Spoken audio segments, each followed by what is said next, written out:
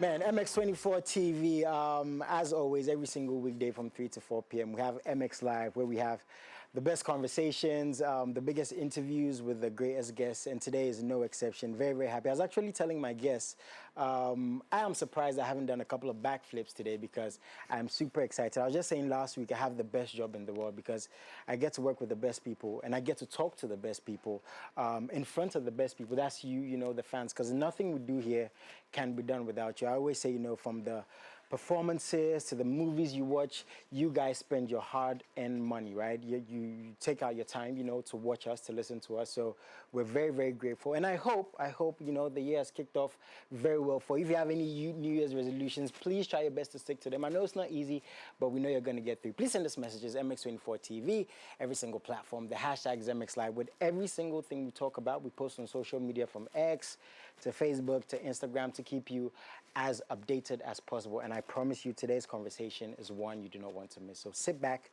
relax, enjoy. We'll be right back.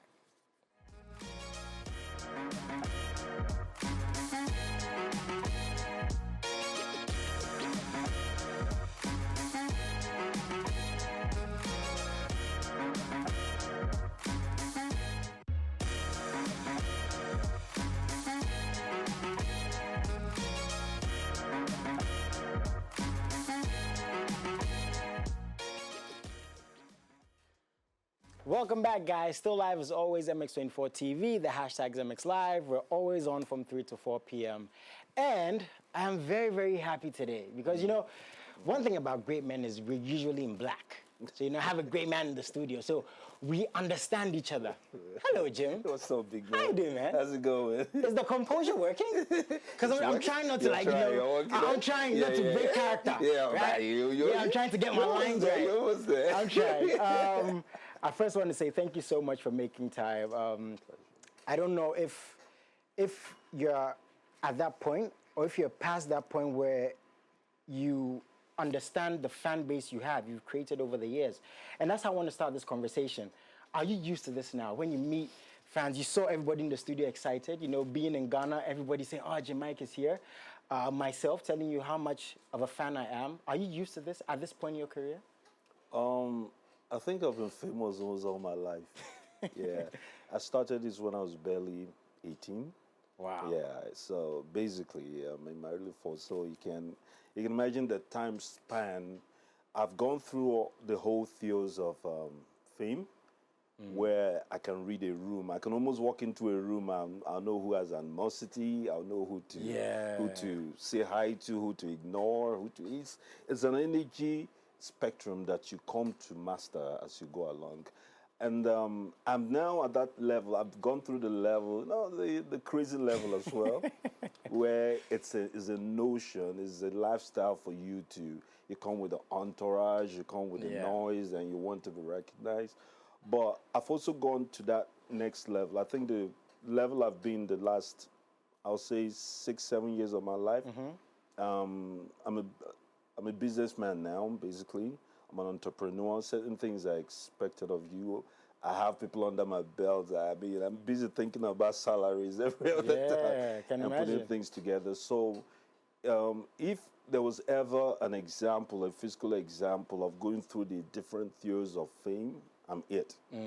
I'm comfortable with it now. I don't always have to tell my part of the narrative. I'm not, I say no a lot now to what I want to do and what I don't want to do. I don't want to please people that, for one reason or the other, are not in your energy. I'm not interested in it. I just, avoid them.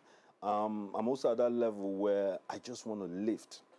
There've been 2 or 3 generations under me, under my belt, in the whole entire spectrum of my career. So mine is to wake up in the morning, recognize the energies that need me, and then contribute as much as possible to that. I'm still building a legacy. I understand it. I don't understand it when people say, oh, we're done, we're at that level, that pinnacle of, there's no such thing as a pinnacle.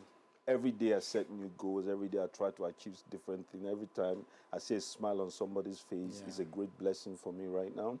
And I think that's just how I want to live my life, one day at a time. So nothing surprises me anymore. Yeah, I can imagine. Now, your vulnerability and allowing yourself to be vulnerable, something I like us to talk about as the interview goes on. But you're a producer, you're an actor, you're a businessman, you're a mogul. Was this always the plan for you? Yes, that was the plan from day one. People don't understand how you set a plan. The man that raised me, well, my father, we always had conflict with each other in the beginning because I was extremely good in school. I was extremely good. I mean, top tier almost all the time. I mean, we have a lot of stuff in common, obviously. It is bad. So the plan was, oh, get this done, and everything I did early. He had that structure. He had that structure. Okay. If you're of Igbo extract, I'm Igbo. Okay. And Nigerian, that's even a more way to buttress the fact. They planned your life in the womb. Oh. Before you're out, he's had it all mapped out. Yeah, I get that. I had the cousins, they had their life mapped out, the brothers, the friends, and all kinds of people. Being an only son as well, he had it figured out that, okay, I have 6 sisters, I'm the only guy. Wow. Yeah, so he said, okay, this is the plan, this is a strategy. Let's roll with it. And I showed promise when I came in. I was extremely good in school. So you can imagine his shock when I came back and said, this is what I want to do. And he couldn't get over that. He's like, nah, the Fortune 500 is the plan. Yeah. You skipped, I mean, I got my first degree when I was barely 18. Wow. So the understanding was that you're done with your master's by 22. You should have your PhD by 27. Sheesh. You know, that was the plan, you know, and Yeah. we weren't going to skip it, you know. And, you know, so they were planning. Then my dad's boss was American, and I was born in Gabon, by the way. Okay. So we came back into the country when I was barely 9 years old. So we started, the strategy was to build it to that point. And then when it came to the tertiary, I'll be sent back either to France or the US to continue. When I gave the man the shocker that, hey, that's your plan. Yeah. This is my plan. How did that conversation come about? It didn't go well, my brother. Man. Were there slaps flying around? We were fighting every day. And, you know, my dad has always been like a best friend, was more like a big brother than a father. Yeah. So I could always express myself around now. When that was taken away because of our conflict of interest, you know, I kind of suffered a lot for it. But at the end of the day, I had to leave home because it was stated quite clearly. It's like that and then don't also forget the entertainment industry, especially acting. They weren't really promised in it. No. There was no future in it. He looked back and said, everybody that is in this field is broke. Yeah, so they have nothing going for them. Right. And here is a brighter future that you can follow. People, I will just digress slightly. People don't understand why I'm consistent in this, why my belief in this rises above every other belief system you might have, and why my confidence is totally 100%. Because they don't also understand what I endured to set myself on this path. And that can't be bought, right? No, it can't be bought. Only through experience. No conviction above all. So when I had to leave home to pursue this career, for the first 3 years, I couldn't come home. No, you didn't talk to your dad? No, I was homeless in a sense because there was nowhere to go. That must have been heartbreaking for you. Yeah, right? I mean, much more for my mom. She's late now, and there was no plan B, bro. I just had a total conviction that this is what I want to do. So yes, now to cap it with your question, that was the plan. The plan at some point, bless my mom. What she said to him at some point was that he let him go and do this. I firmly believe if he succeeds in this, every other thing that's your desire, he will also give it to you. He will also do it for himself. And that is playing out some time ago in my life where, acting, the entertainment afforded me the possibility, the open door to dream other dreams, to achieve other goals. And so the entrepreneurial output of it, the byproduct of it was from this, from fulfilling that thing that was my singular desire. And then from there, of course, I met different men that opened different doors. And, I come from a family of predominantly businessmen. I'm an Igbo man. We're born with it. It's in our DNA. I'm telling you, man. You can take the most illiterate Igbo man to a table full of Harvard graduates. And they'll outsell them, still right? win the day. So, when it started coming, when the opportunities started coming, I knew what to do with it. I already had the seed fund to do it from, the blessings I got from man. So it was a question of trial and error. A lot of businesses are put off field, you know, and I firmly believe that this was the way to go. So I also started investing extremely early, you know. So every time it failed, I had the time to go back, reappraise my situation, go to people that knew it better, go back to it. I knew my strengths and my weaknesses and how to go about it. And, you know, when things started clearing out and, you know, started picking up and we're able to diverse into different fields, a lot of people thought, oh, well, it's the clouds. Oh, well, maybe, you know, there's some sort of background. No, it was just the plan to strategize from the beginning. I was able to go back to him and say, how did you feel? Because my dad had, you know, quite some time to go back and forth. What made you feel? What is the generational problems that we've had over the years that made men in our family feel? Why? What challenges am I likely to meet that will be a problem to surmount? Okay, what is the best place to put in my money? And so he became a partner in a sense. Wow. And then we grew our businesses as we went up until now. My dad still, you know, takes care of most of the businesses I'm involved in, even at his age. But when you look back, right, do you understand, even though you guys had different perceptions of what you wanted to do, that it was from a place of love?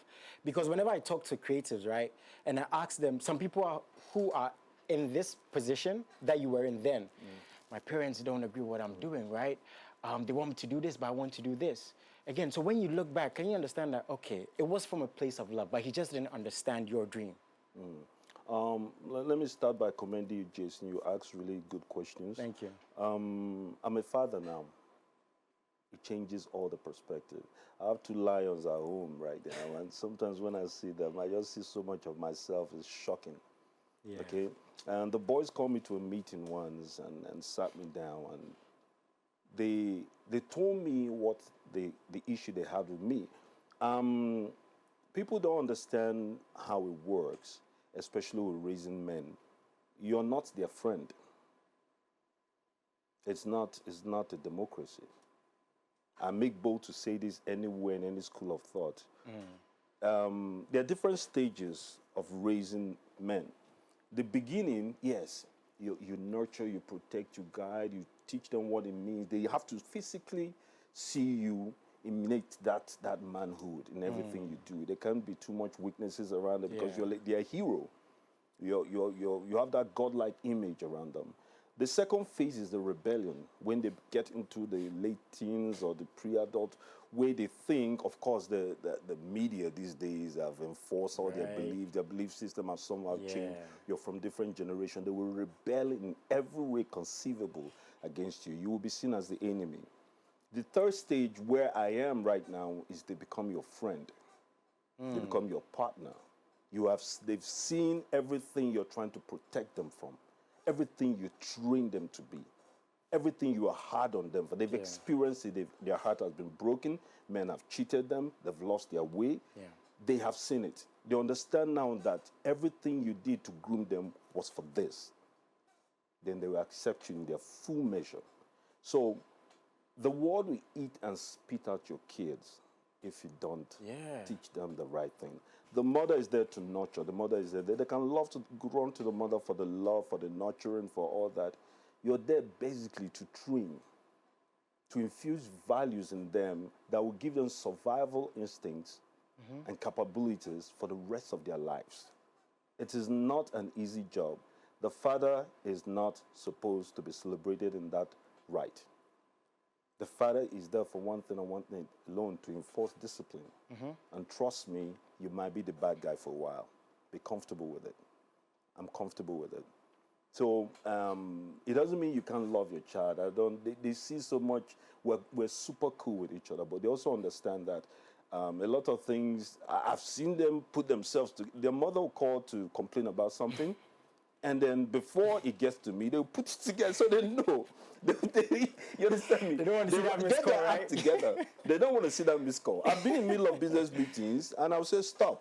Put it on. What did they say you did? Oh, we fixed it. We did ABC. Daddy called. So they do understand. So I didn't get it at first. I just saw the most beloved person in my life in my way.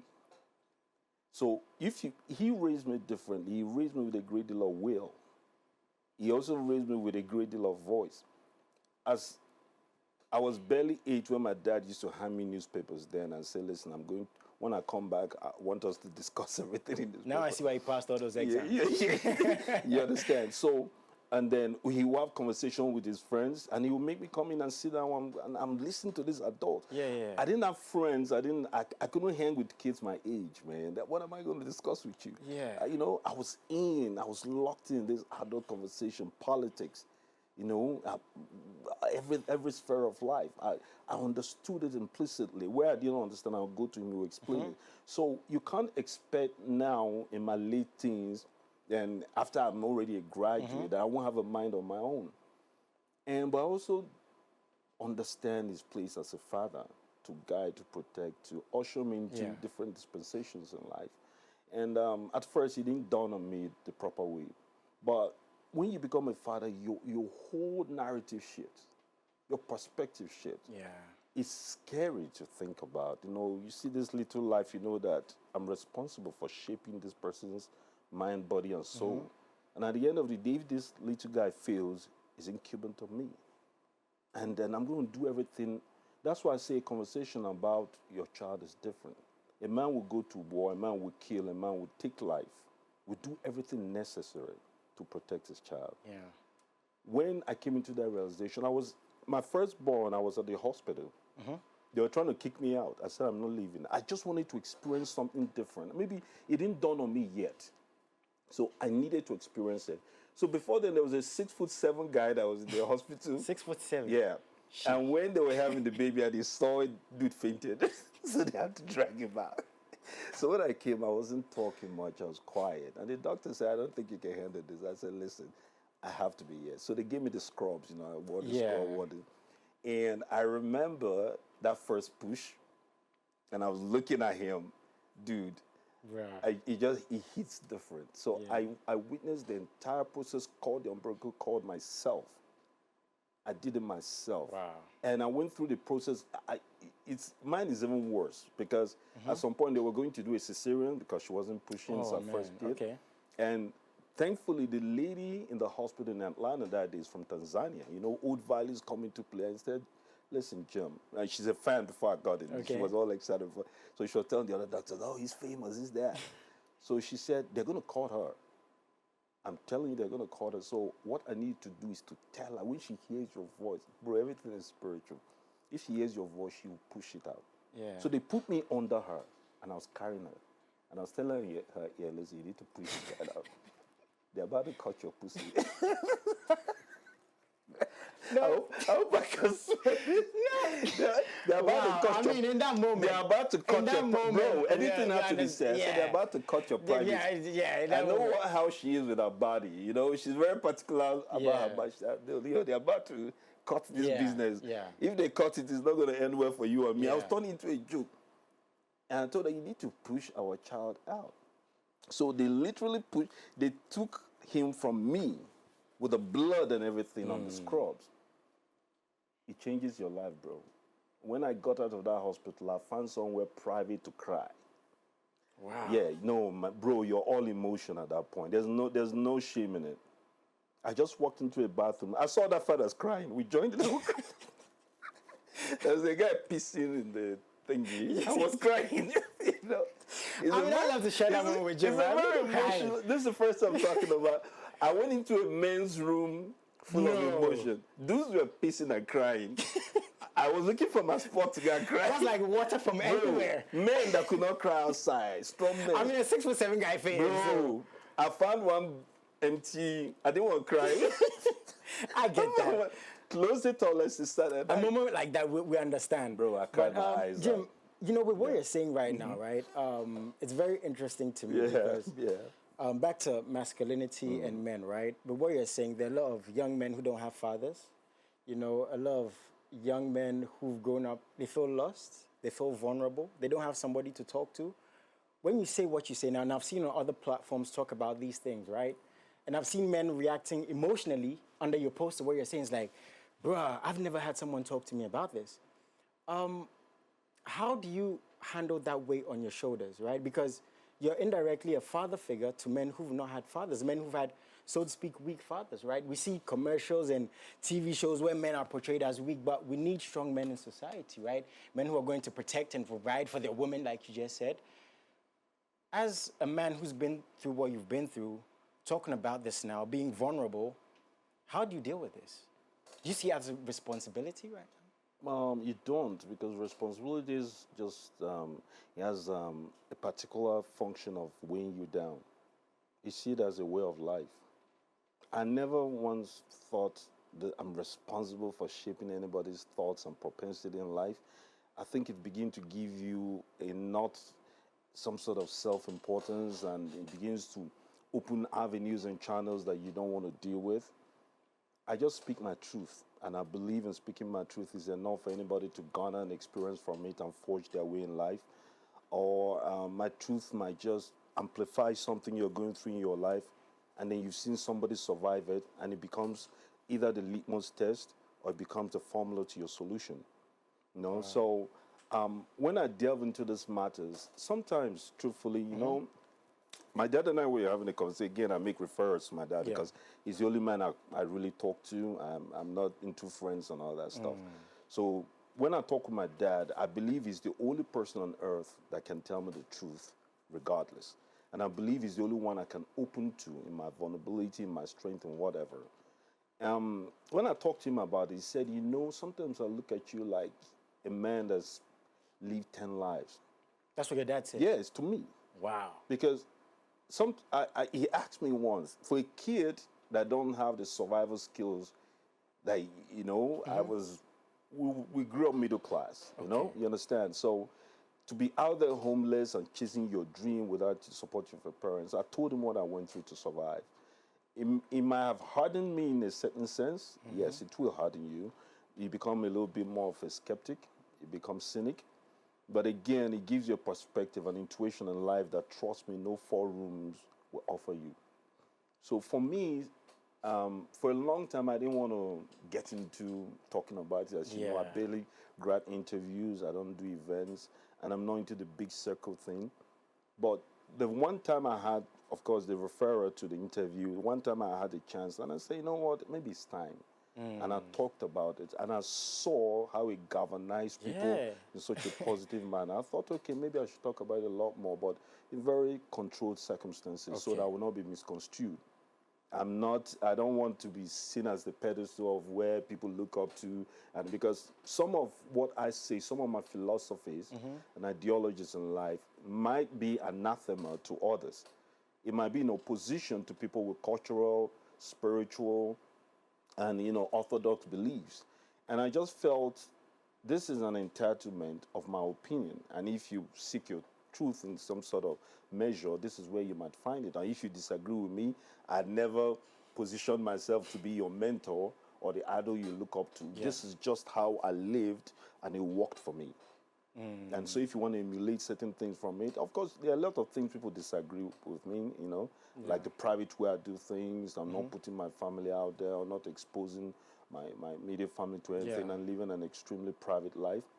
And I keep telling people this, that the lesser you hear of me outside, it just means I'm becoming more successful. Wow. Yes, because in a world where we're chasing, you know, everything fame and people everything? spend to be seen, I spend not to be seen.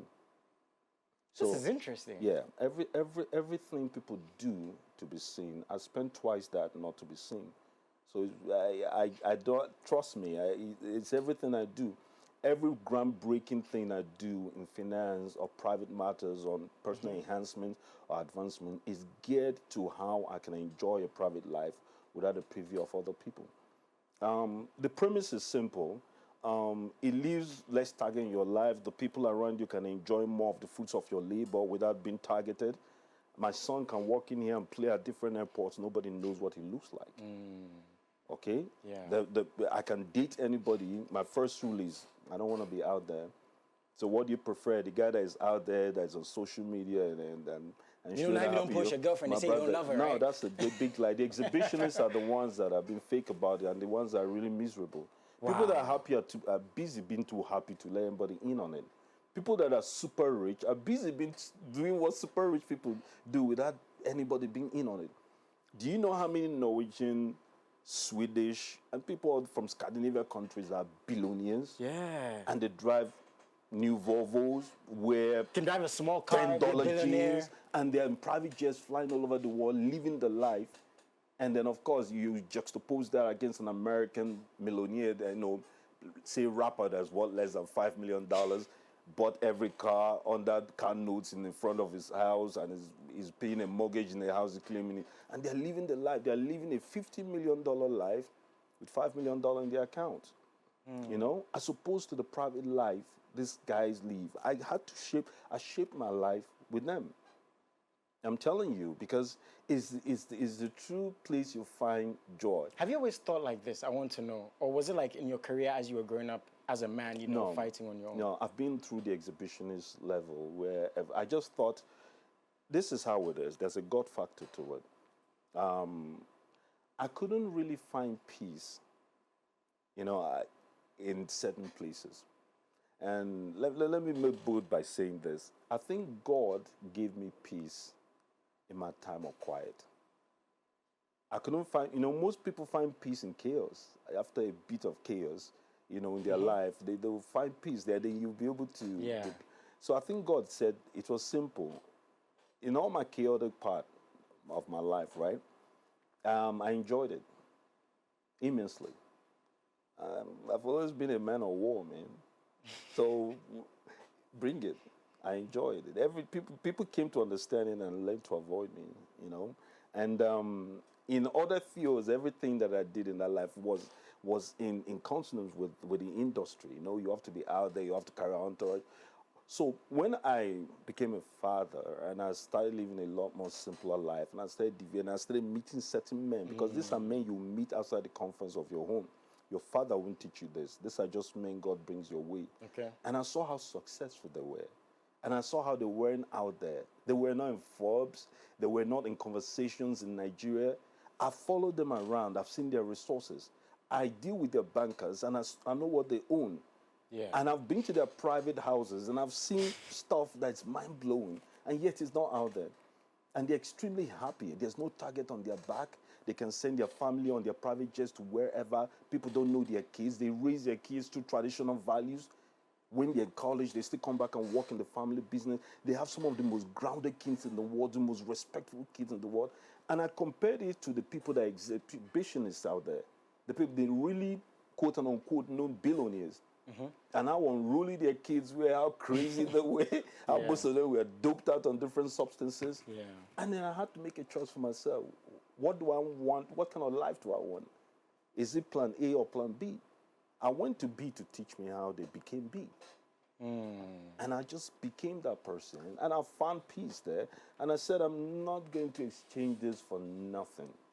No drama, no amount of money, no level of success, no sort of, no sort of cultural, pressure. I feel like you're a man who's really found and understood himself, obviously through experiences, through loss, through growth. Leading into your new production, which we're going to get into, this generation, the Gen Zs and everything that has to do with the kids of today. Are you heartbroken by the things you see on social media, by the things we talk about, by the lack of respect, by the lack of cultural values, like you said, by, the lack of attention, by the lack of, respect that we give elders? People forget what social media is. I think that's where the big flaw started. Okay. It's a tool for trade. When you go to my social media account, there's nothing personal. My manager called me at some point and said, we have to do something. You choose, but because I can't impose on you, I know how you live. So this is what we're going to do. You have to offer something. It's a dragon that has to be fed, whether you like it or not. You give it too much, it gets used to too much. Yeah. It starts feeding. Yeah. You can't control it because it's a court of public opinion. You can't control it out there. Yeah. You can only control your narrative. Sure. I want to control my narrative. So I chose to offer what I could, because and again, you can't remove yourself entirely from the conversation. So to remove myself would mean losing the advantage of that word. I needed to promote, I needed for my business. I even need to enhance myself once in a while, because you need to keep up with the times. I came from a different generation. So I chose to give it. I mean, I dress well, I give it to them. I'm in a nice place, I give it to them, but nothing personal. Once you personalize it, and then you begin by some fragment of imagination to believe that these people out there are your real friends, are your real family, that you must find validation with them, you've lost your cause. Wow, that's deep. It is simple. Nobody in there can validate. Bro, I've been on 2.5 million followers for as long as I can. Even TikTok, even IG decided I'm not giving, this guy is not useful to us, we're not giving him anymore. I know I can surpass it. They just sometimes to rise to 3 million to go. I know what they're doing. I don't care. Yeah. It's not that important to me. Because it's a tool, whether you like it or not. Once you make it present and valuable in your life, you've lost it. There's no more personal touch. You lose your sense of reality and a sense of self-worth. Yeah. You see? So I think that is where there's a disconnect, where people have thought these followers are their family, thought these people, and created their lifestyle around it. And so when you approach these persons personally, they don't know how to deal with real situations anymore. Because everything they think that life is about is found on that tool, on these tools, on this platform. No reality, straight perception, right? They have no congent evaluation of what reality is about. Every time I sit down and have a conversation with them, I employ a lot of Gen Zs. And the one thing, that dopamine, that pineal gland where you think that these things exist only for you, I remove it. The ones that I can't remove it from them, I sack them. Yeah. I sacked 8 people last year alone. 8. 8? Bro, Charlie, it couldn't work. Because how am I talking to you about how you're going to make money for me? Because that's what I'm paying your salary for. You're on your phone. Maybe they're showing their followers. Bro, no, bro. 13,000 followers. This guy, it has become a part of your life. I want you to use the tool for the business to make me money, so that I'll be happy paying your salary. So that when you walk in and say you want salary increment, I will check your records and I will increase it. I'll give you big brother advice that when you live here, you have the survival skills to make money for yourself and take care of your family. Yeah. Now, some people, it's also a tool that can make you rich quickly. I would never distinguish that fact. But the thing is that at what cost to your personal life? If you use it as a tool solely to better your finances, better your personal development, because, I mean, out there is a whole new world on its own. You don't even need to go to university anymore. Go to YouTube. Practically everything you want to learn is, I don't see the need of spending money. Seriously, school is a scam. We all know that. I swear, 80% of everything I learned in school, I never applied it on my personal life. And I make bold to say it again. You understand me? Everything, men that taught me what they taught me, men that carved the way I think, sat down and told me, these are men with PhDs, with masters. It works in certain regard. When it comes to the street sense that you need, and that is why that illiterate, that guy that doesn't have swag, is making far more money than your six-pack dudes, your guys that are dressed well, that speak well, that present themselves well. Haven't you ever wondered why? He put his commitment in resilience. He understood the business. He knew the politics of it, how to measure, how to move between the nuances. And you're there quoting me classroom rhetorics. It never works. So I think that's where there's a disconnect with the Jay-Z's and all that. And when I see there's some great dudes, but I learned so much from them. There's a guy presently in my office. Every time he opens his mouth, I shut up. Because it's a word I've not ventured in, I don't understand. So he tells me stuff, and I go and apply it to the big wigs that I deal with. I take him for meetings, he keeps quiet. I'm telling you, I took him to, last week I took him, there's this general that's been giving me a lot of problems. You know, we're trying to get some contract with them. Okay. Every time it's always one thing or the other. So I took my Gen Z. I like that, I took my Gen Z. Yeah, just chilled, sat down, finished talking, he came out. That guy told me, what we need is a mind-blowing presentation. I looked at his 24-year-old ass, and he told me what we needed to do. Put it together. I know I'm extremely quick on the uptake. He put the slides together, put things together. I took it. I went back, did my presentation. So before, what I used to do is that, I come in, quote and unquote, as a boss, sit down, talk with him, give me this thing. If you don't want to give me, I'll go to other people. You understand? So he's always feeling like you're not putting in the work. You've not even impressed me. You've not even shown me what you want to do. Just because you know my number one doesn't mean I have to give it to you. Now I come in, there's a slide, we talk, I put it together, tell him our past records, and he was very impressed. And I am very confident we're going to get that contract. So you can't tell me that there's no advancement there. They're in a world that is different from ours. Yeah. They have access to technology and information that we had to break our backs for. Recognize it. But then what I'm saying, the disconnect at some of them that don't understand that it's real life. And that is where we still beat them. Yeah. Because when you come with the street sense. These are the streets, man. You still, so that's Okay, it. so I'm assuming some of these things inspired your new production. Absolutely. Okay, so we're going to go for a quick commercial. I'm enjoying the conversation. I could listen to you for hours, man. So quick commercial, we're going to get back. We're going to go straight into your production. It's on a certain platform that a lot of people didn't expect, but we're going to get into all of that. We'll be right back.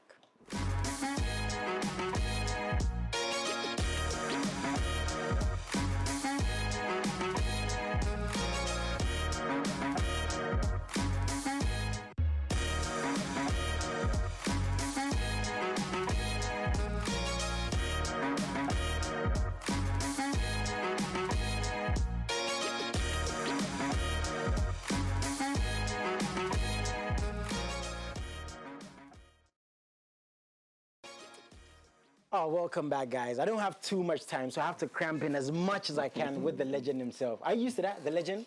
Are you used to it? It's like, nah, I don't like that. Nah, I don't like you know, legends don't like that. Nah, No, I'm a young guy. It's too much, man. Too much to deal with. Your new production, Yes, sir. Gen Z Pro Max. Who came up with that name? I want to know first of all. I have my production company have so what I decided at some point, I'll make it as brief as possible, is I got to a level now, I think how I trade is I don't do movies like that anymore. Because to call me wouldn't even be beneficial to you. First of all, I'll take off your budget to come. You get me. I'm not tooting, but I've paid my dues. Yeah. So basically, when you think of what you have to pay me, that's about your entire budget. So the smaller movies, there's no point. Even the bigger movies, I thought about it as well. What you will pay me, I can make it sit in my office for 4 days. So I'm trying to tell you the perspective of how you must have perspective, then you have perception. Two different things. We'll talk about it some other day. Yeah. So the man that taught me this is an Indian guy, old dude. He told me, what do you have every time you walk into a decision making? Do you have perspective or do you have perception? Perception must supersede perspective at all times. It's not a question of ego. It's a question of the best position for yourself. It's not grandstanding. Perspective, basically, it is what is given to you in front of you. It comes with emotions. It comes with different hearsays. It comes with you judging the immediate environment with your eyes, your nose, your mouth, and every organ that you have, including what you feel. I can walk into this room and you might be a bit disrespectful. Okay? And I'll decide I don't like you. That's perspective. Because I don't also understand what you went through. I don't understand what you before you got here. I don't know your background. I don't know your mental state of mind. This dude might have lost his parents that morning and nobody knows. Some chick might have dumped him that morning. He may be having financial issues. That's the whole point. Yeah. Perception is me going behind the scene and trying to understand what it's like. I'm making excuses for you. Understand the wholesome picture and decide, is there something good or cool I saw about this person that's enough for me to give him a second chance? And I'll then decide, against all odds, you've been even rude, to be good to you. That's perception. It gives you a whole unbiased picture, the wholesome picture of everything you do. So with this is the same thing. I decided that, okay, since I can't be in every movie, I needed to create some sort of grassroots platform. And the greatest grassroots platform we have at the moment is YouTube. So I said, okay, for my grassroots people that can, on a click, they don't have to go to cinemas or whatever, let's create small movies that they can still watch us to keep us updated over there. Hence the whole YouTube experience. Basically, what I do now is we contract for Prime, Amazon, and Netflix. I just finished what hopefully will be the biggest action film ever in our industry. Wow. Quote and unquote, they said it's 2.5 million. I'm under contract. I can't talk about that. Yeah. But I executive produced it. I produced it, played the lead, I co-wrote it. So a couple of action. It is crazy, man. bro. Holy We smoke. shot for 3 months. We shot in Jamaica, in Lagos, we shot in Accra for 4 days, but nobody. Nobody knew, right? And we shot it. We started September, and we shot it for 3 months. It was an amazing experience. I can't wait for it to come out. It's coming out March. It's an Amazon original, actually. Okay. Wow. Yeah, well, yeah. It's not licensed. It's an Amazon. We were contracted. Amazon owns the entire project. Okay. And you know, I didn't announce it. Like I told you, I don't like to. I just get in there, let my work speak for me. We brought on that project some of the most skilled people in our side of the business. We tried to get some Ghanaians in, but sadly they weren't on the list. There's this funny list they have.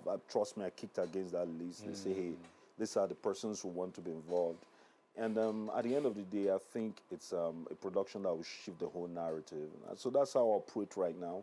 I do for the big screen, then I also sample. So Pro Max happens to be one of them. Again, the Gen Z question Gen you Z asked Pro me. Max, right? They take it everywhere, even to marriages. So my plan is to teach at all times. So my movies, I just don't want to make mundane films you watch for merriment. I want you to take something away, you know, and it divulges secrets to life in each production. Watch all my production, trust me, we teach. So I have a great guy that manages that production company for me. His name is CJ, brilliant guy. Wow. He writes me, I can't take credit, I didn't write those. I write big screen, but he writes my YouTube films, directs it as well. He's a totally brilliant guy. You know, millennial guy, he's not Gen Z. Yeah. But I'm so impressed with the work he's doing in that part of my Did you get any pushback at all? You know, because I'm sure Constantly. there's some production as well. Why is he putting on YouTube? Constantly, I don't care. Do I look like the kind of person that care of your opinion of me? Your opinion of me is your opinion. Yeah. Or, you know, that's your problem. I don't have to deal with that problem. Yeah. I have problems to deal with. So if you don't like what we're doing, you go handle that problem. My job is what I told you I'm doing right now. Yeah. So there are pushbacks, there are contention. In everything you do, if people are not contending with you or calling you names, you're not doing anything. You're not shifting any narrative. If people don't like you in anything you're doing, you're not moving and you're static. Yeah. You have to pray for haters. You have to pray for critics. No, I sit down, when I'm done, I ask God, where are my haters? They have to be, because that's the fuel I need, man. Where else do you think I get my motivation to do the unthinkable? Sometimes I relax. Sometimes I grow complacent. Sometimes you might see a bank account. You might start getting too much praise from your people around your circle, and you begin to grow redundant. Then one day, boom, I see something, and it just ignites me, gets me angry. I say, okay, let me do something crazy. Let them still know I'm running this. So when I don't have haters or critics or people that are saying contentious stuff, I'm not happy. Yeah. Wow, that's incredible. Okay, so one thing I want to know, a production for a YouTube movie or some other platform, is the money involved different? The statics, of course, there's a lot of money involved. We put together a whole production company for it. The statics, of course, is by stretch is worlds of difference. The equipment, I can't go and use an RE35 for it, an Alexa 35, that's what we used, and which was costing us 1 million naira per camera every day.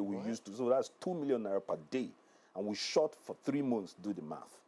So I can't. I will not do it. Jim, I'll listen to you, but this one I will not do it. I can't go use that for a YouTube film. Yeah, You get okay. me? So the statistics is somewhat lower. What is the word that I use? It's fast food film, fast food content. Okay. They're like skits and all that stuff, you know. So I just, but they feed a contingency.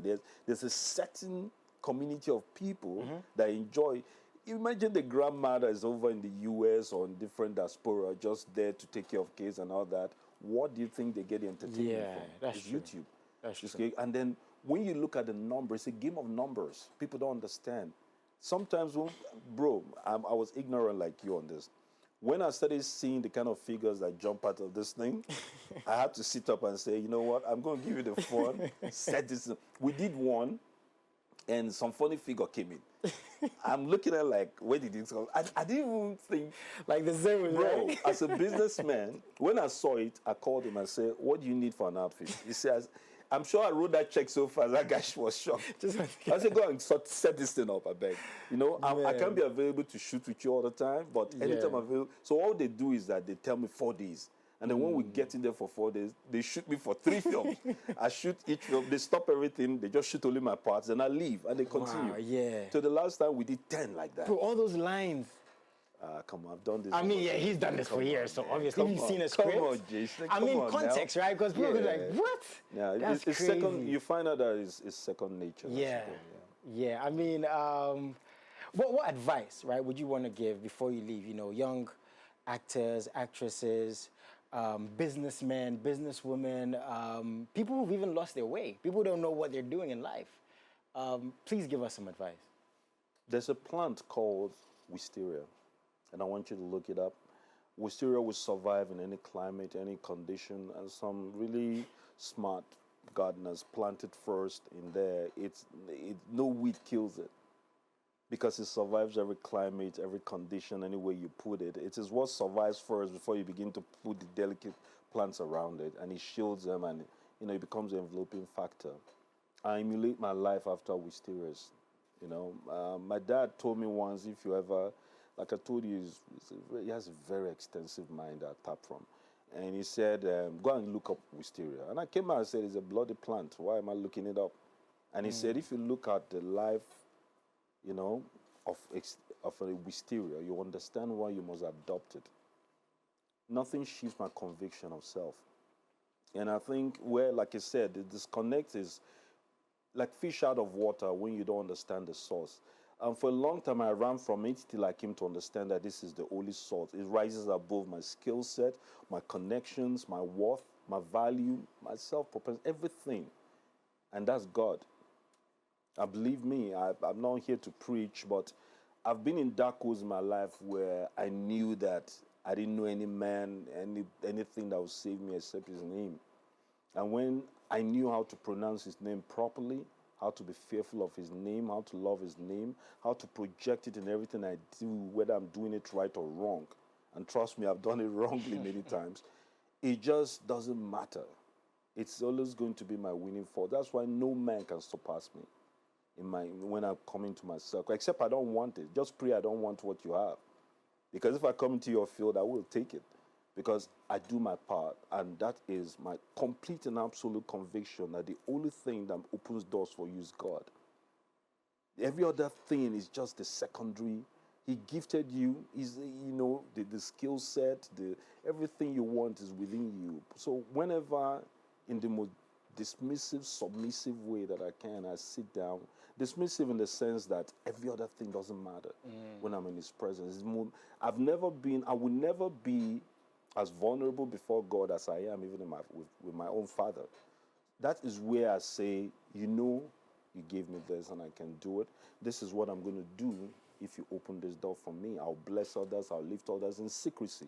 I'm not about carrying a phone around and people have blessed in my life. No, I have a foundation.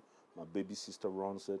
And I lift as many people as I can. It's not for exhibition. You've taken your reward already if you go and exhibit it. That is my bargain. Mine is open the door. And there's no door that has never yielded to me.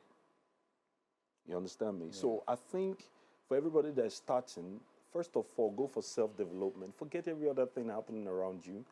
You have to develop yours because the conviction comes from you. There's nobody can plant it. My pride in myself, I'm not proud of my pride in myself, my person, because I've survived things that no man should survive. So what can you do to me? I've attained level of successes that nobody even has time to talk about that is not out there in the media. I've fallen to places where you have no reason surviving it. Yeah. So at the end of the day, build yourself. So if you go into everything that encompasses personal enhancement, read up, research, build yourself, my brother. When you develop an all-round confidence in yourself, then you can go and present it in the world. And be very careful who you ask for support from. Because I'm telling you, it stands between you and God. Once you get that business of between you and, because God doesn't want you to come as a layman. He doesn't want you to come cap in hand. He doesn't want you to come with an empty plate. He wants you to go and develop yourself, put in the work. It is what he requires of you. Understand his word, understand yourself, understand your environment. Leave this, what every other person is doing out there. Be deaf, dumb, and mute to what people are doing. You know, it doesn't matter, the challenges, the comparisons. Once you build yourself, you understand your place in God, there's nothing that will not yield before you. Nothing. Man, I feel like you're talking to my soul. Jim, I just want to say thank you so much for making time. We know how busy you are, for being vulnerable, for being as confident as you do.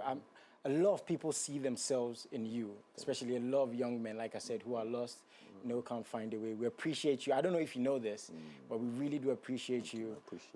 We grew up watching you, and today I'm going to tell my mommy I made it. I spoke to Jim Iyke on TV. Shout out to mom, yeah? Shout out to my mommy.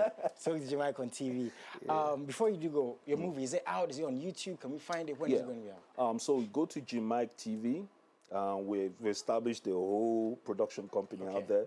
We bring out films every 2 months. Our latest one is Jim Z Pro Max.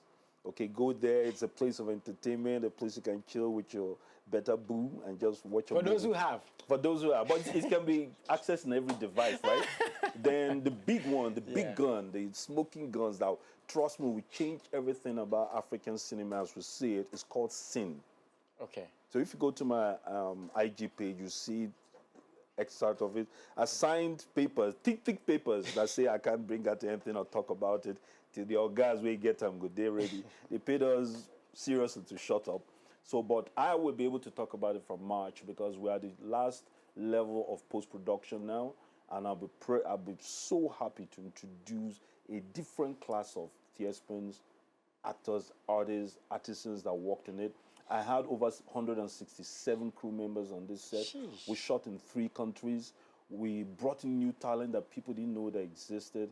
And I played a role that is entirely drained my entire soul. I broke my left leg, broke my right shoulder, broke my left finger doing this movie. We had 6 accidents during the production process. We trained for 2 months in martial arts, Savati, and Krav Maga. We've actually brought in a Krav Maga expert from London that trained us for 2 months. I have a black belt already, so imagine me to train. But I'm not fighting you. I'm not fighting you. So I'm just trying to tell you guys the statics in this. We shot for 3 months. Sin, we shift everything about African cinema as we know it. Thank you so much, man. It's been such a big blessing. I hope we get to talk some more in the future. Absolutely. You're the man, bro. Appreciate you, man. Thank you. Bruh, let's cut. Thank you guys so much for tuning in. Please go on his YouTube, find him, support him. I've always said, you know, this machine that's entertainment, it's one big machine. The fans need the creatives need those behind the scenes. Nothing here was done by me. There's amazing people who made this possible. There's an amazing team who brought him here, and there's him who made time to be here. So thank you guys so much for tuning in. I have to shake you again. Pleasure. God bless you. God bless you. God bless you. Have a wonderful afternoon. Thank you.